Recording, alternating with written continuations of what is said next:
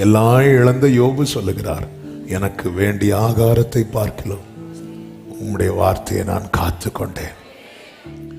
எனக்கு சாத்தானுக்கு எல்லாத்திலையும் கை வைக்க முடிந்தது, எல்லாத்திலையும் கை வைக்க முடிஞ்சது.